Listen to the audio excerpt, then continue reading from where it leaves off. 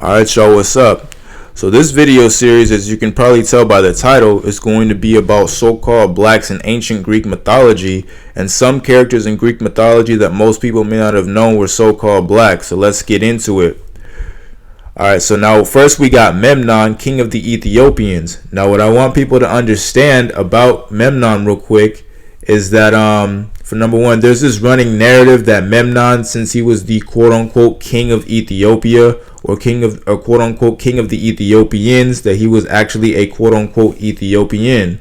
And understandably so, because Memnon was of course a so-called black man that ruled over a kingdom that comprised predominantly of so-called blacks, and there have been accounts that state he ruled over certain areas in Egypt. And yes, the ancient Egyptians, they were in fact so-called black as well. If I'm not mistaken, I believe Memnon has been alleged to have been the ancient Egyptian pharaoh Amenhotep. But I'm going to address that later in another video because that's a relatively controversial topic on the internet waves. But anyway, just getting back to the point, it's understandable that people think Memnon was a so-called African. But what people have to understand, especially so-called black people who I've seen on the internet make these claims, is that even though Memnon was the quote-unquote king of the Ethiopians, which is of course in Africa, Memnon had no traces of any Ethiopian or any other quote-unquote African blood in his parentage. Now let me explain real quick. I'm just going to go over Memnon's parental lineage real quick, starting with his father or his paternal side. So now Memnon's father was a man by the name of Tithonus, if I'm not mistaken. And he was a Trojan prince. All right. Again, he was a Trojan prince who was the eldest son of a Trojan king by the name of Lamdon, if I'm not mistaken.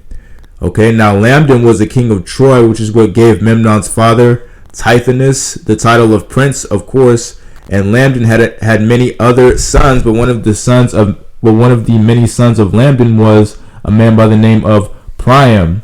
Now, if you know anything about the Trojan War story from Homer's Iliad, you know who Priam is. But for those of you who may not know who Priam is, Priam was basically the last king of Troy, who was the father of two other central characters in the quote-unquote Trojan War narrative known as Hector and Paris.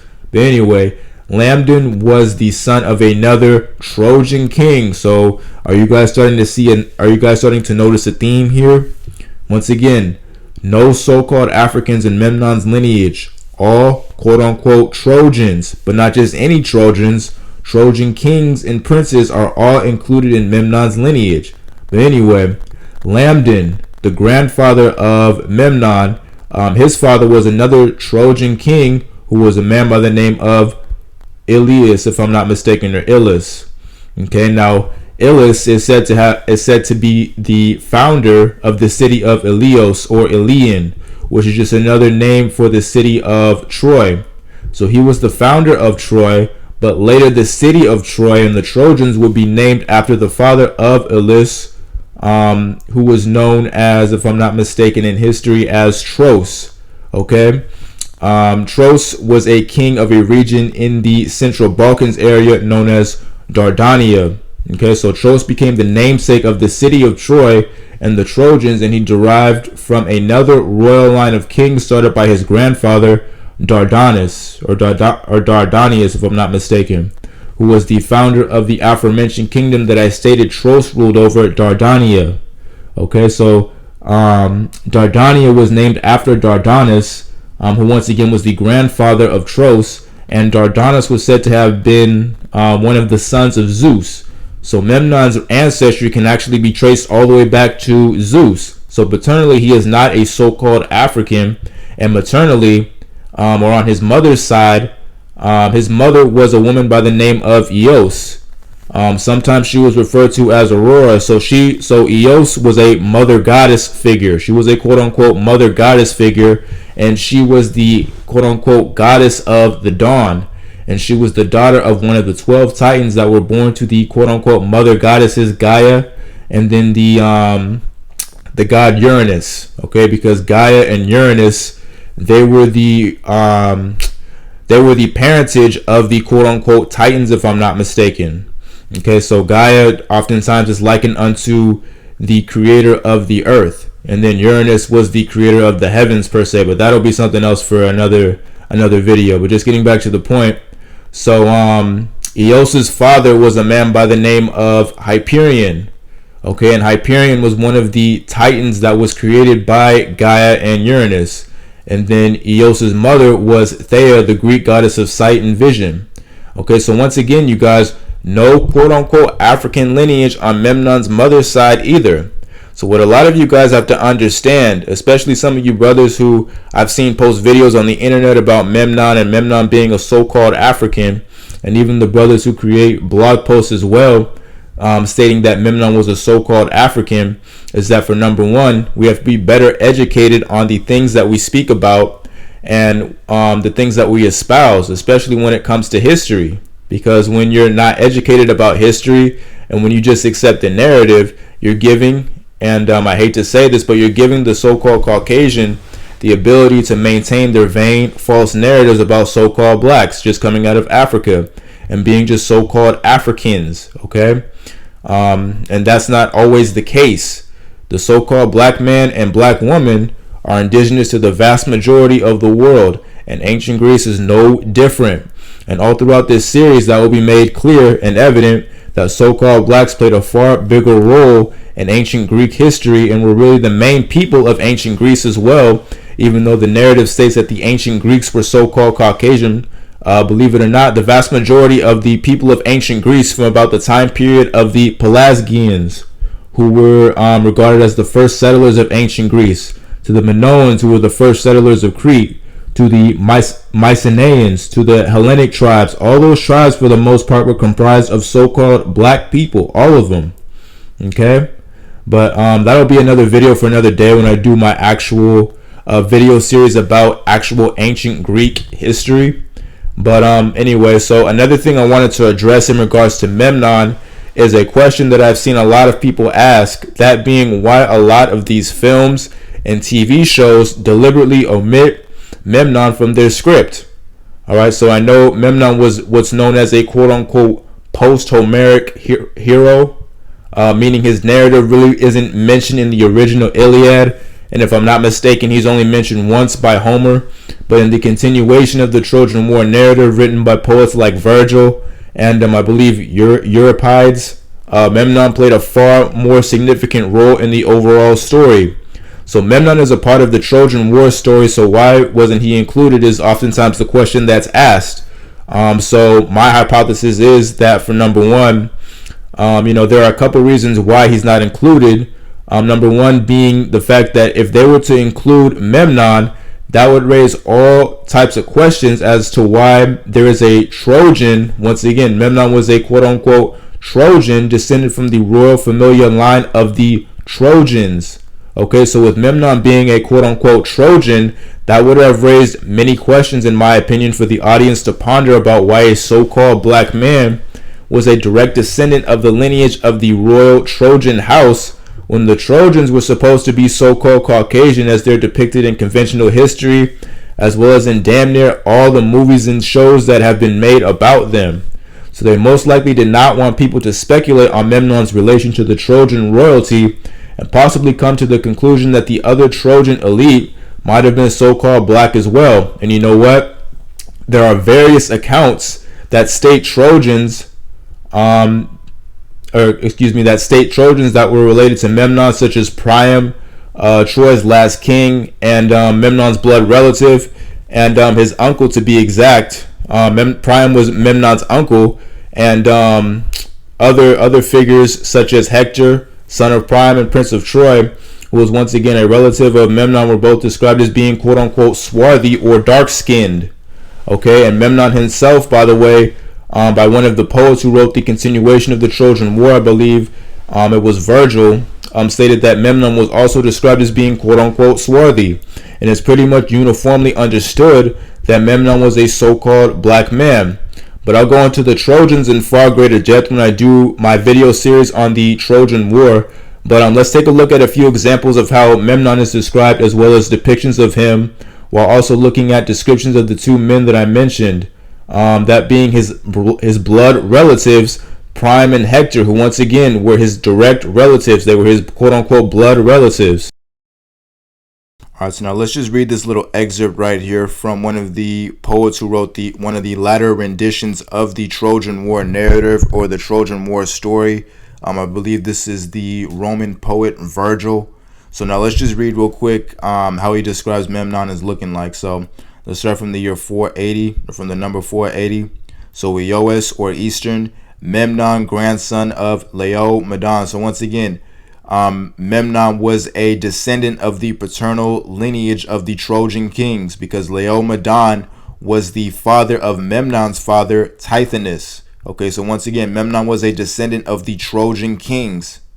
But let's just keep reading. So former king of Troy, Laomedon is talking about, was the former king of Troy. From India and Ethiopia, he led troops to assist the Trojans. He was of a swarthy complexion.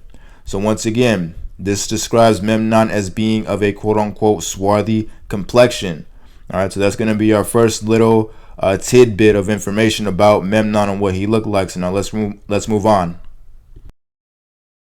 All right, so now this is an excerpt from the Roman dramatist Lucius Aeneas, and this is going to be his description of Memnon. So now let's read real quick. So, of life despoiled, and Memnon, swarthy son of bright Aurora, goddess of the dawn. So as we can see here, once again, Memnon is described as being quote-unquote swarthy, and it even reinforces what I stated earlier about Memnon being a son of the mother goddess Eos, or as she was sometimes referred to as Aurora, the mother goddess of the dawn.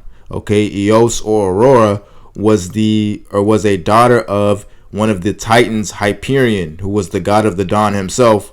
And I believe he was the father of Helios, the god of the sun, as well as Selene, the goddess of the moon.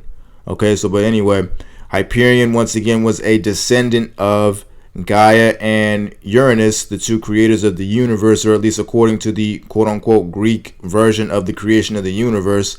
Those two were the creators of the universe. But anyway, so but once again, Memnon was a descendant of another Greek legendary god or goddess figure. Okay, he was not a descendant of the quote-unquote Africans, or he was not a quote-unquote African. He was a descendant of Tithonus, the Trojan prince, and Eos, the mother goddess of the dawn. All right, so I just wanted to reinforce that real quick. So, but let's move on. All right, so now these are just going to be two more quotes from the Roman poet Virgil, who once again wrote one of the continuations of the Trojan War narrative. So now let's just read these two little quotes real quick. So himself he saw amidst the Grecian train, mixing the bloody battle on the plain, and swarthy Memnon to his arms he knew, his pompous ensigns and his Indian crew. So once again, reinforcing that Memnon was described as being quote-unquote swarthy. Now let's read this one down here. So the unhappy queen with talk prolonged to the night, and drank large draughts of love with vast delight. Of Priam much inquired of Hector, more than asked what arms swarthy Memnon wore, what troops he landed on the Trojan shore. So once again, these are just some more quotes that state that Memnon was in fact described as being quote-unquote swarthy. Okay, and as we've already seen, Memnon oftentimes is depicted as a so-called black man all throughout history, and then even in live action renditions that have been done of him. I think I saw kind of like a animated short on YouTube where they depicted Memnon as being a so-called black man, and he was fighting against Achilles. But I just wanted to state that because once again, Memnon being described as swarthy is going to correlate with the later figures that we're going to look at and that we're going to go over, Priam and Hector, who are also described as being quote-unquote swarthy as well. Okay, but let's move on. So now let's read this description of Memnon right here. That's pretty much going to confirm what we already know, that being that Memnon was a so-called black man. But this is just for the people out there who may state that, oh, just because he was called swarthy, or just because he was referred to as swarthy, that doesn't mean that he was a so-called black man. Once again, the term swarthy and other terms that are similar to swarthy are, words that have been changed over the course of time. But that'll be another video for another day. So, but let's just read this description of Memnon real quick. So starting from right here, Memnon is called Nigir because he was an Ethiopian, i.e. dark-skinned. So I've gone over this term Nigir before in the past, over and over again, really. And I've maintained the same statement. And really, it's not a statement. It's really just a fact that the term Nigir was a word that, of course, meant so-called black. And it's really the progenitor word of words like Negro and even the N-word, and then even other words that we're going to see later on. But once again, Memnon, as it states right here, was called quote-unquote Nigir, or he was referred to that because he was a quote-unquote Ethiopian, i.e. dark-skinned. All right, but let's keep reading. So synonym Nigir, the generic word in admits of comparison, ater specific, and equals coal black, i.e. the greatest possible degree of quote-unquote blackness. Okay, so once again, this pretty much just confirms right here that Memnon was in fact a so-called black man, and I'll even reinforce this in later, or not later, but in a couple of the other excerpts that I'll cite in a little bit. But once again, Memnon was in fact a so-called black man, just for the few people out there who may describe Memnon as being a quote-unquote Oriental or a Asiatic per se, or somebody who wasn't a quote-unquote black man but was rather a tan-colored, Asiatic or Oriental-looking person. That's not what Memnon looked like at all whatsoever. Memnon was a so-called black man, and as some people would even state, he was a quote-unquote black African. But Memnon, as we've already seen, was not an African. He was not a descendant of the Africans at all whatsoever. Okay, once again, he was a Trojan by way of his father, and then he was really a Greek because his father was a descendant of Zeus, and his father was a descendant of the Greek sons of Zeus, the Greek children of Zeus. Okay, so he was really a Greek on his father's side, and then he was also Greek on his mother's side, according to the mythology. Okay, so, but let's just move on. All right, so now this is just going to be one last little excerpt that's going to bring an end to our investigation, our little investigation into how Memnon was described as looking like by a lot of the poets, especially poets like Virgil, who wrote the continuation of the Trojan War narrative. Of course, we've seen all throughout this investigation that Memnon was described as being quote-unquote swarthy, and that's going to correlate with our little mini brief investigation into a couple of his relatives that were essential to the Trojan War narrative themselves, that being Priam, the last king of Troy, who was technically an uncle of Memnon, since he was the brother of Tithonus, who was of course the father of Memnon, and then his son Hector of Troy, who was technically a cousin of Memnon, since once again he was the son of Priam, the brother of Tithonus, who was the father of Memnon. So let's just read this excerpt real quick here. So Memnon, the son of Aurora, and Tithonus, the son of Laomedon, king of Troy, he came to the assistance of the Trojans with many troops from India and Ethiopia. He was slain by Achilles, Nigri, swarthy, alluding to his color. Okay, so once again, we see this term Nigri right here. So the word Nigri, for those of you who don't know, is basically just another form of the word that I alluded to a little bit ago, that being Nigir. Okay, so once again, Nigir was one of the forefather words of a plethora of words that have come over the course of time to basically mean so-called black people or a so-called black person. Words like, once again, Negro, the N-word, all those words come from Nigir. Okay, and then the word Nigri as well derives from Nigir too. So once again, Nigir is a word that just meant so-called black. If I'm not mistaken, it is a Latin term that just means quote-unquote so-called black. Okay, and it was used in the ancient times, or in relative antiquity, the same way that we would use the term Negro, or even the N-word today. Right, so Nigir was basically the same as saying, nigga, for those of you who don't know. Once again, Memnon being described as being quote unquote Negri, which once again is just a rendition of the word Nigir, basically just reinforces that Memnon once again was a so-called black man. All right. So now I'm just going to go over a little description of his army real quick and how they were described. Of his army was of course comprised of Ethiopians, quote unquote Ethiopians, who were so-called black men as well. And they were also described as being swarthy, as we're about to see in a minute. So now let's just look at that real quick. All right, so now let's just read this little paragraph right here, starting from an illustrious. So an illustrious ally now appeared on the side of Troy. Scarcely had the funeral flames consumed the remains of Penthesilea, when Memnon, the son of Tithonus and the goddess of the dawn, arrived on the eastern shore of ocean with an army of his swarthy Ethiopians to assist the kindred of his father. So this reinforces a couple of things here.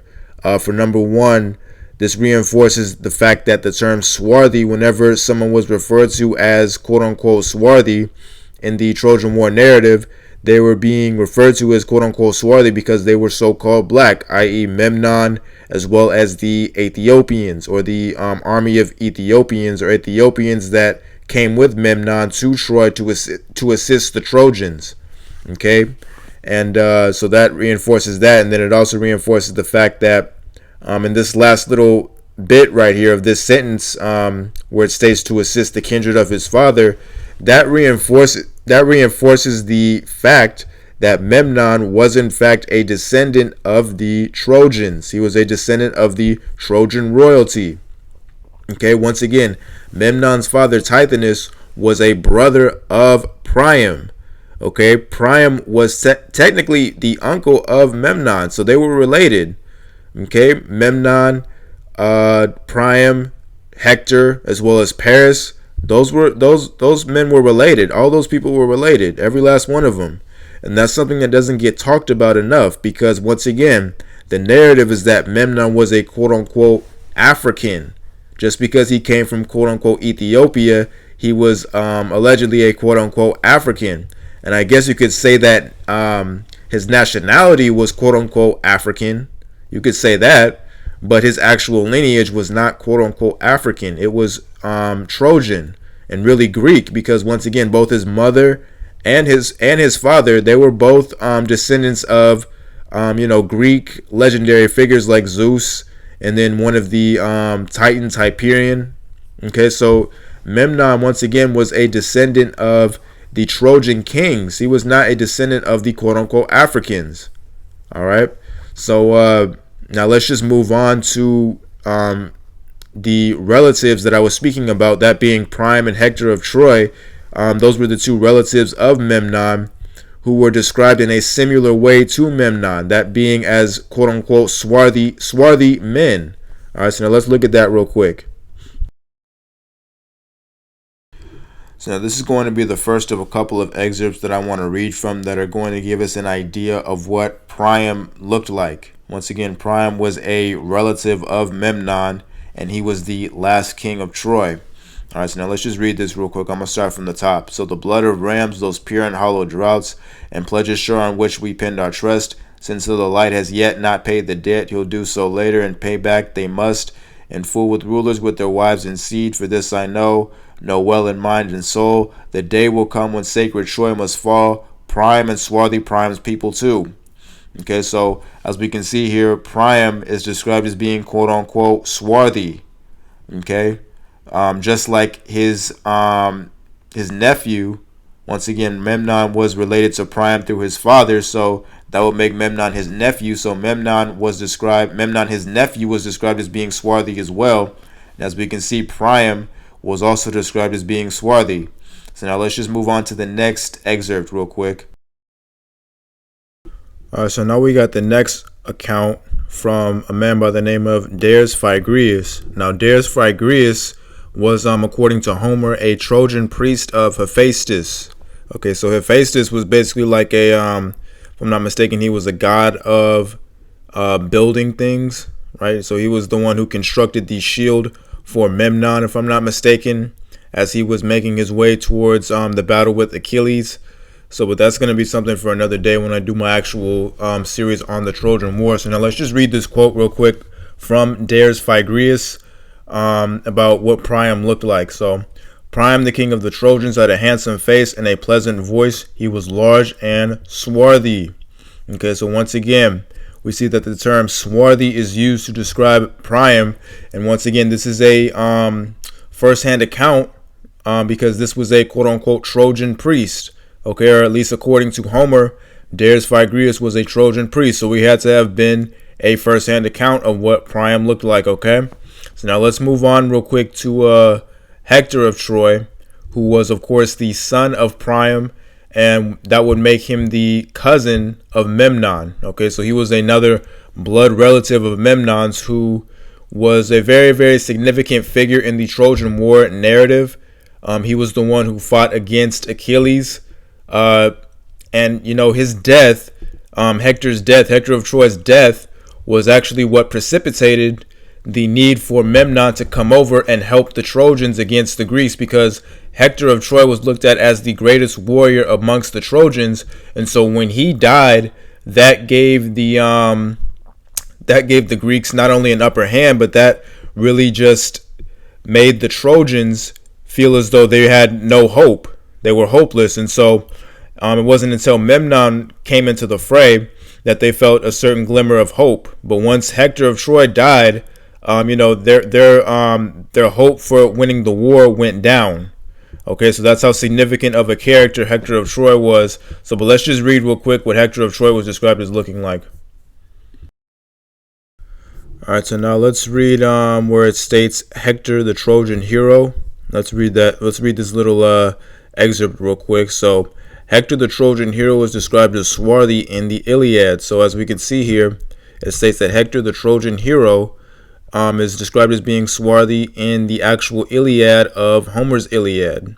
So Hector of Troy, once again, was described as being quote-unquote swarthy, just as his cousin, once again, Hector, Memnon, they were technically cousins, since Hector was the son of Priam, and Priam was the brother of the father of Memnon. That being Tithonus. So they were technically cousins. Hector and Memnon were cousins, and as we can see here, you know, they had a kinship when it comes to their physical appearance, because they're both described as being swarthy. Okay, so Priam and Hector, they were in fact so-called black men, just like Memnon was. And as we can see, or as I've been able to prove, since they were both described as being swarthy along with Memnon, that pretty much confirms that they were in fact so-called black men as well. Okay, and once again, that's one of the main things that, in my personal opinion, the directors did not want to include within a lot of these shows and in a lot of these movies about the Trojan War. They didn't want to include Memnon within those narratives because it would just raise too many questions about why there's a so-called black man in the lineage of a supposedly Caucasian rulership, or a paternal Caucasian kingship within amongst the Trojans. Okay, so that to me would have been way too much of a revelator of what the Trojans actually looked like. Okay, because the Trojans, they were in fact so-called black people, and as we just saw, or at least as I briefly just showed for this little excerpt here, for the sake of the video being about the character Memnon from the Trojan War, we just saw that the two Trojan royalty figures, that being Priam and Hector, they were both described as being swarthy, just as their family member Memnon. All right, so but just to double down on that sentiment, I'm going to just briefly go over a couple of definitions of what the term swarthy means. All right, so here's our first definition of the term swarthy. This is from the Cambridge Dictionary. So now let's just read this real quick. So, if a person of their skin dark, a swarthy face / complexion, and then we can see here black, adjective, people. So what this is basically saying here is that as an adjective or a descriptive word, the term swarthy can be used as a word that is in place for quote unquote black people. So once again, when swarthy is used as a quote unquote adjective or a descriptive word, because of course the term adjective means something that describes another person or another thing or another object per se. So when another person is described as being a quote unquote swarthy person, that's basically the equivalent of the term black person or quote unquote black people, as this states right here. And as we're about to see, the term swarthy at one point in time meant just simply so-called black or quote unquote black. Okay? Whereas today it means anybody who has quote unquote dark skin or like tan colored skin. But what people have to understand, and I've stated this before in past videos, but what people have to understand is that words and meanings of words have a completely different meaning and connotation today than they did back during the ancient time period, as well as during relatively recent times as well. Because even during the medieval time period, the term swarthy meant something totally different than what it means today, and we're about to see that in a minute. So now let's move on. So this is going to be from etymology.com. So now let's read this real quick. So swarthy, adjective, dark colored, especially of skin, 1580s, unexplained alteration of swarthy, 1570s, from swart plus e or y, related swarthiness. And now let's just read what the term swart means real quick, according to the etymology.com definition of the word. So now let's read the definition of swart as it's stated in this website, etymology.com. So Old English black, dark of night, clouds, also figurative, wicked, infamous, from Proto-Celtic swarta, Middle Dutch swart, zwarf or zwart, Old Norse svarter, German schwarz, Gothic swartz, dark colored, black, from Pi root, swarto, dirty, dark, black, sorted. The true Germanic word surviving in the continental languages but displaced in English by black, of skin color of persons from late 14th century, related swartist. Alright, so as we can see here in this last sentence right here, it states that the term swart, which is just basically swarthy in just like a shorter form, it was displaced in the English language by the term black. So obviously, as an adjective, when the term black is used to describe somebody, it's usually used to describe a so-called black person, right? So you have a lot of people today who state that swarthy just because it means like dark-skinned, or even when you state that it meant black as well. A lot of people today who are naysayers will state that the term black didn't mean the same thing today as it meant back during like the ancient times or antiquity or even the medieval time period. And to a degree that's correct, but at the same time, when the term black was used to describe somebody, it wasn't used as a racial colloquial term that we would use it today. The term black when used to describe somebody was more of a descriptive term. So when you would use the term black, it would be to describe what somebody looked like their skin color being quote unquote black skinned or having very, very dark skin complexion. Okay? Because once again, as we just saw, the term swart was displaced by the term black in the English language. And once again, as an adjective, the term black is meant to describe a so-called black person. Okay, so what that should show is that the term swart or swarthy has a very, very heavy relation to the term black as we would use it today. Okay, because once again, it was a word that was displaced by the term black. So in other words, it was just a word that was replaced by quote unquote black. All right. So as we just saw from the various examples I gave, or from the couple of examples that I gave of the term swarthy, it does in fact mean quote unquote dark skinned. And at one point in time, it was a word that was primarily meant for somebody who was so-called black. Hence why Memnon and his army of quote unquote Ethiops, or black men, or black African men, were described as such. And that's why Priam and Hector were also described in the same way, because they were all so-called black men. as well as along with all the other Trojan royalty that Memnon was related to, from his father on up. Okay, from his father Tithonus to Ilus or Elias, to Tros, to Tros's father even. I believe his name starts with the E. I can't quite pronounce it, but from his father to Dardanus, right? Those were all so-called black men, all of them. Okay, but once again, I will be addressing that later in a video that I'm going to do specifically on the Trojan War. Now, just transitioning towards other characters within the Trojan War narrative that were so-called black, and there were a lot of so-called black characters within the Trojan War narrative that a lot of people don't know about, and that's because they've always been portrayed on screen as so-called Caucasian, as well as in conventional history as so-called Caucasian. But characters like, as we can see on the screen, Nestor, as he was actually accurately depicted in the Trojan War show, Troy Fall of the City.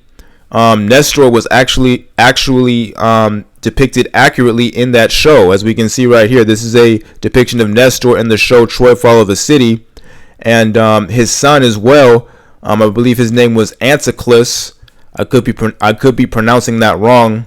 Some of you could correct me in the comment section, but Anticlus was the one who fought against Memnon, if I'm not mistaken, and he was the one who precipitated the battle between Memnon and Achilles, the legendary battle between Memnon and Achilles, due to Memnon killing him, and that setting Achilles off, because him and Achilles, I'm talking about the son of Nestor, Anticlus, him and Achilles were very, very good friends, and Achilles was already very, very mad due to his best friend / lover, or at least alleged lover, Patroclus, being killed by Hector in their battle. And so once he heard about that, that caused him to be very, very belligerent towards Memnon, and that precipitated a legendary battle between Memnon and Achilles.